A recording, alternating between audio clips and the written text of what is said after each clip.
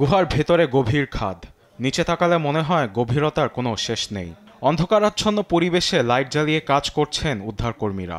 অতি সাবধানতায় ফেলতে হচ্ছে পা। একটি দুর্ঘটনা হয়ে দাঁড়াতে পারে সারা জীবনের কান্না।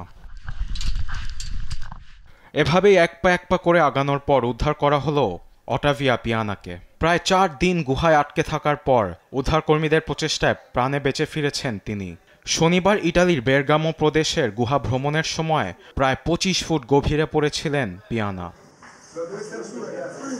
আটকে পড়া জায়গায় ছিল না কোনো খাবার, নেই কোনো আলো, মাটির নিচে অক্সিজেনেরও অভাব। এতে মানসিকভাবে বিপর্যস্ত হওয়ার পাশাপাশি একাধিক গুরুতর আঘাত পেয়েছেন পিয়ানা, এমনটি জানিয়েছেন উদ্ধারকর্মীরা। এমন পরিস্থিতিতে স্ট্রেচারে পেঁচিয়ে গুহা থেকে বের করে আনা হয় পিয়ানাকে। হেলিকপ্টারে করে পাঠানো হয় সবচেয়ে কাছের হাসপাতালে। পিয়ানাকে উদ্ধার কাজে অংশ নেয় প্রায় 150 উদ্ধারকর্মী। গুহা ভ্রমণে অভিজ্ঞ হওয়া সত্ত্বেও পা পিছলে পিয়ানা পড়ে যান বলে ধারণা করছেন তারা। সরু টানেল দিয়ে তারা দড়ি দিয়ে টেনেছেন পিয়ানাকে।